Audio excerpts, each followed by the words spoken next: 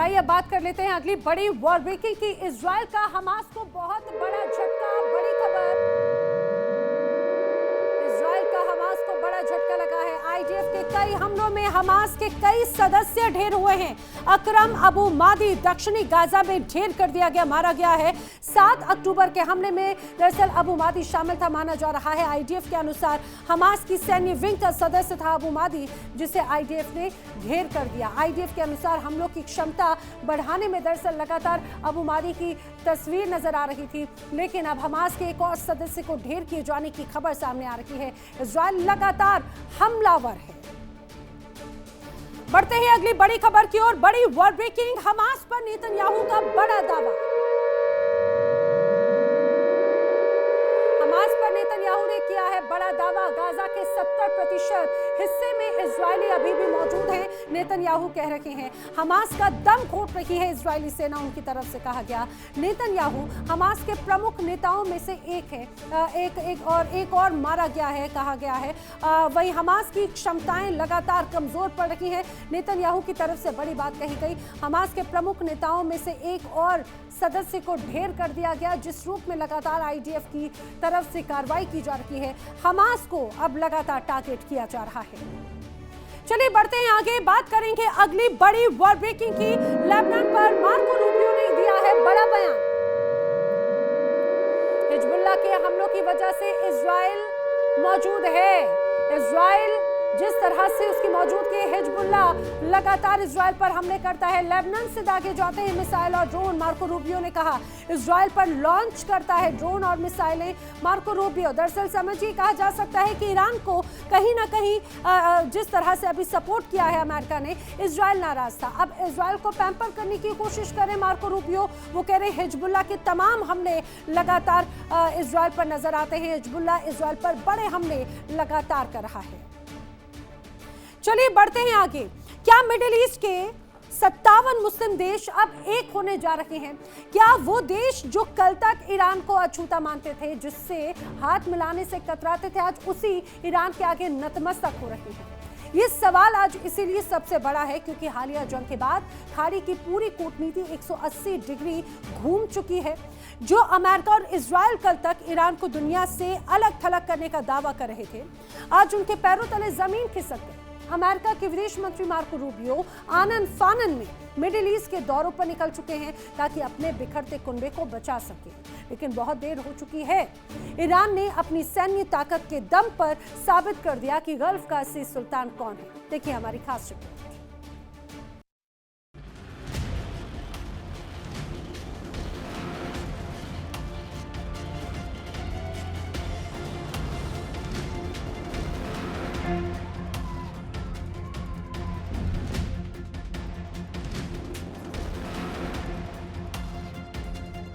बरसों तक सऊदी अरब, UAE, Qatar, Oman और कुवैत जैसे अमीर देश अमेरिका के पिछलग्गू बने रहे। इन्हें लगता था कि वॉशिंगटन में बैठा सुपर पावर इनकी हर मुसीबत से रक्षा करेगा, लेकिन हालिया जंग ने इन देशों की आंखें खोल दी।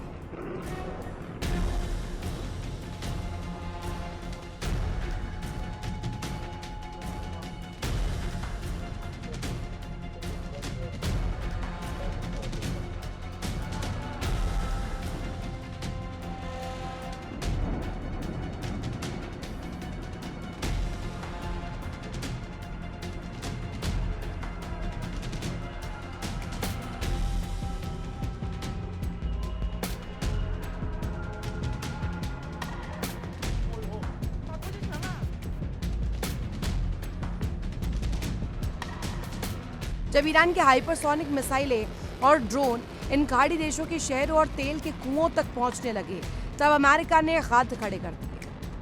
अरब देशों को अमेरिका की वो कड़वी हकीकत याद आ गई जब डोनाल्ड ट्रंप ने खुलेआम कहा था, अगर सुरक्षा चाहिए तो पैसे दो, हथियार ले जाओ और खुद लड़ो। जब मुसीबत आई तो ना अमेरिका ढाल बना और ना ही इजराइल।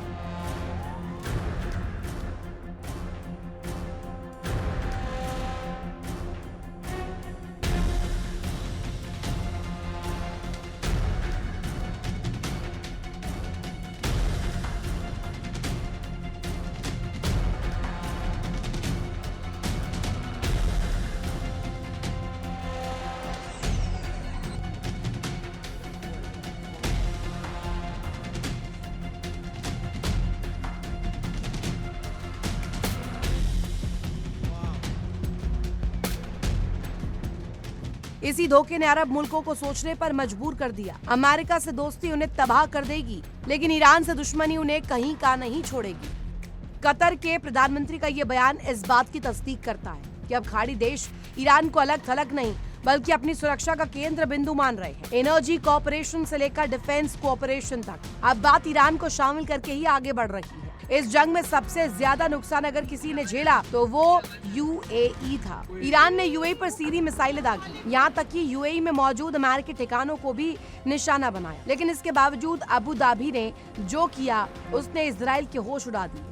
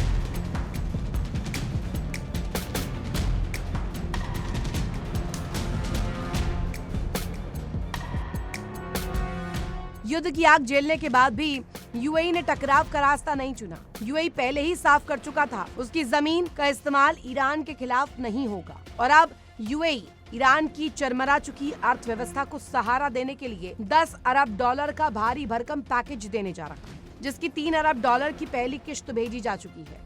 यही हाल कतर का है। कतर आज अमेरिका और ईरान के बीच सबसे बड़ा संकट मोचक बनकर उभरा है। स्ट्रेट ऑफ हॉर्मुज में व्यापार और एलएनजी का उत्पादन बहाल करने के लिए दोहा और तेहरान के बीच सीधा कोऑपरेशन शुरू हो चुका है। कतर ने दोनों देशों के बीच हॉटलाइन स्थापित करवाई है, जो ईरान की कूटनीतिक जीत का सबसे बड़ा प्रमाण है।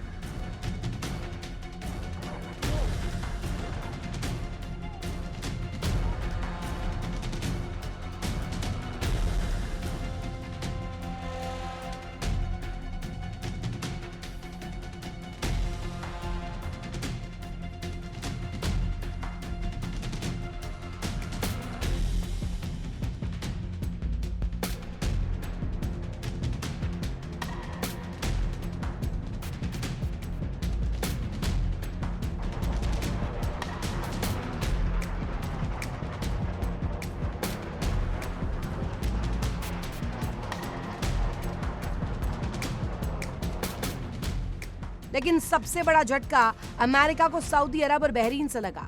सऊदी अरब जो कभी ईरान का धुर विरोधी था, जिसने युद्ध के शुरुआती दौर में अमेरिकी इजरायली हमलों का मूक समर्थन किया, आज वो भी ईरान के सुर में सुर मिला रहा है। चीन की मध्यस्थता से शुरू हुई सऊदी ईरान सुलह अब एक मजबूत रिश्ते में बदल चुकी है। सऊदी अरब अब ईरान को रोकने की नीति छोड़कर उसे मैनेज करने और उसके साथ डील करने की नीति पर चल रहा है।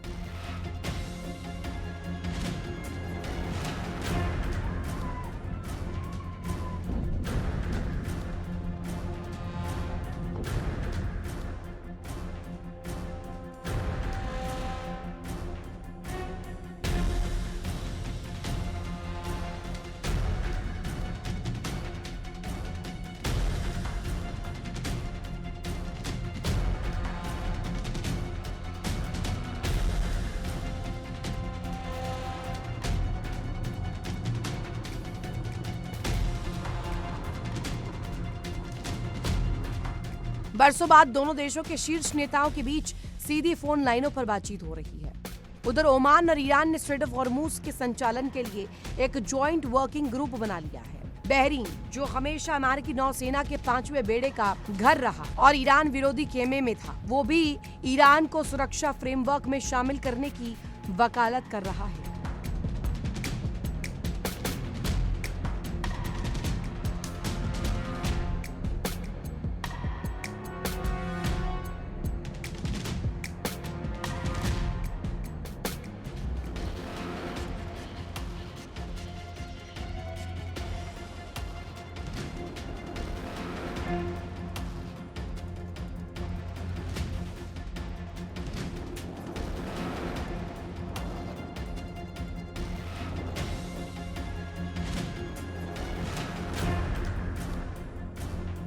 इराक और कुवैत भी अमेरिकी दबाव को ठुकराकर ईरान से गैस और बिजली का व्यापार धड़ल्ले से कर रहे हैं।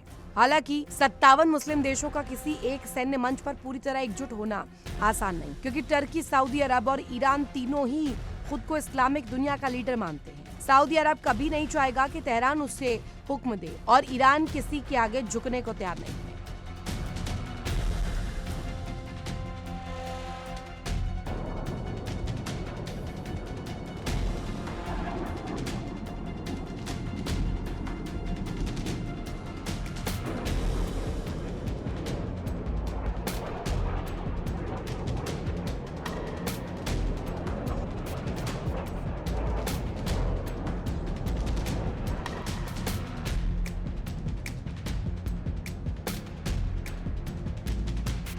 लेकिन इस वैचारिक मतभेद के बावजूद इस जंग से एक बात तो पूरी तरह साफ हो गई है। ईरान ने अपनी मिसाइल और ड्रोन शक्ति के दम पर यह साबित कर दिया है कि जब उसकी संप्रभुता पर बात आएगी तो वो किसी भी हद तक जा सकता है।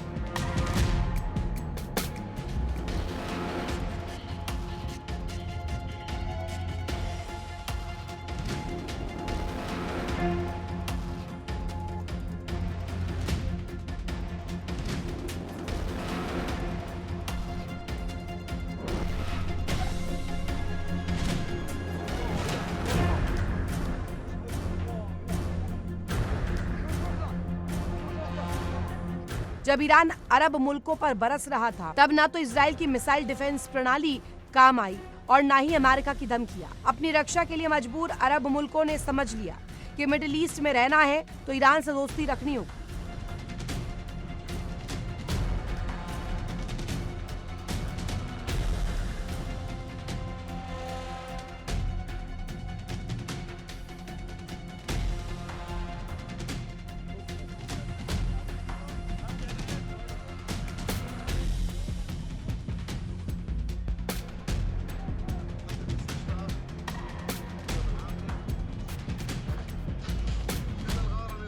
ईरान ने बिना झुके, बिना डरे और प्रतिबंधों को धता बताते हुए इस पूरे रीजन में अपनी चौधराहट कायम रख कर ली है और यही आज की सबसे बड़ी सच्चाई है।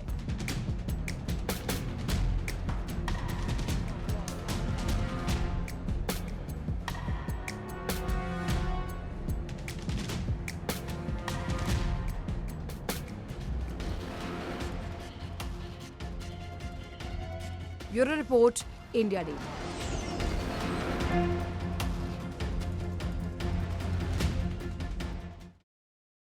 देखिए इंडिया डेली 24/7 अब आपकी स्मार्ट टीवी पर। इंडिया डेली मौजूद है सभी डिजिटल प्लेटफॉर्म पर लाइव और लगातार। इंडिया डेली 24/7 हर दिन राष्ट्र को समर्पित।